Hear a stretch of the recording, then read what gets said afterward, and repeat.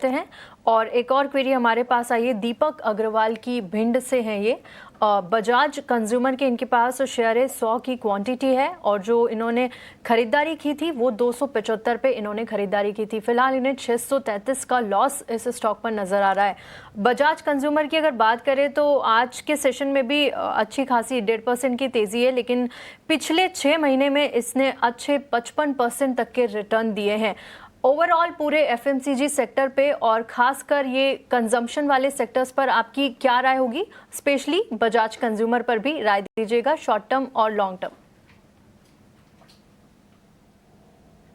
Bajaj consumer को discuss कर लेते हैं, फिर ओवरऑल सेक्टर का भी मैं व्यू शेयर करूंगा।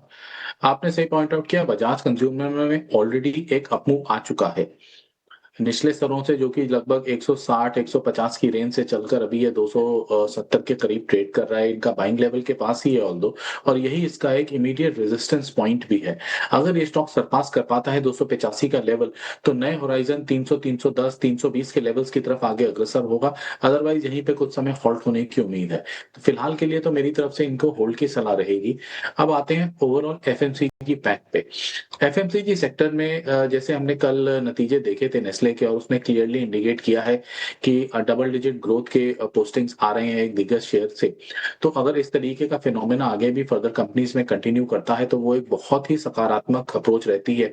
और हमारी उम्मीद भी थी कि अब आने वाला जो समय है, यानी कि लेटर 2 क्वार्टर्स हैं, थर्ड एंड फोर्थ क्वार्टर, वो बेहतर रहने की उम्मीद है compare to the first and second. उस ऑप्टिमिज्म पे पूरा का पूरा अभी ये मूव ड्राइव हो रहा है कि अगर अभी ही इनके पास 10% से ऊपर की ग्रोथ पोस्ट हो रही है इन टर्म्स ऑफ सेल्स, तो आगे चल के उसमें बेहतर होने के और चांसेस हैं। और एफएमसीजी फर्म्स के लिए डबल डिजिट ग्रोथ हमेशा ही एक अच्छा संकेत रहता है। मार्जिन फ्रंट के अंदर कभी इधर उधर प्रेशर आ जाते हैं, बट वो मिटिगेट किए जा सकते हैं till the point sales intact है।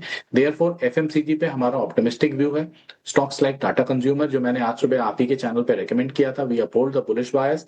हिंदुस्तान यूनिलीवर, मैरिको, इन सब पे हमारी एक अच्छा व्यू है। पॉजिटिव आउटलुक के साथ हम अप्रोच कर सकते हैं। बिल्कुल, तो बजाज कंज्यूमर समेत पूरे एफएमसीजी पैक्ट पर पॉजिटिव व्यू यहाँ से इन्होंने बताया है।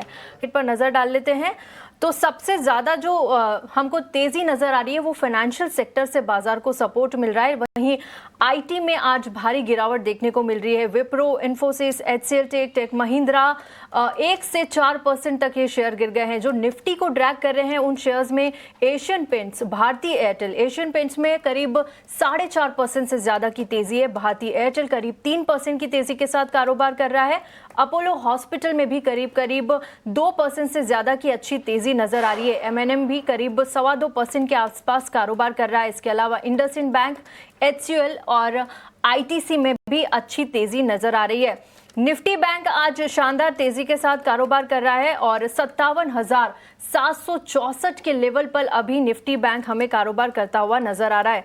चलिए हमारे साथ अब शो में आगे बढ़ते हैं। हमारे साथ जो आज के एक्सपर्ट है वो है ग्लोबल कैपिटल के गौरव शर्मा हमारे साथ जुड़ गए हैं। गुड आफ्टरनून गौरव, बहुत बहुत स्वागत है योर स्टॉक्स में आपका। सबसे पहले दिवाली और धनतेरस की आपको बहुत सारी शुभकामनाएं। सबसे पहले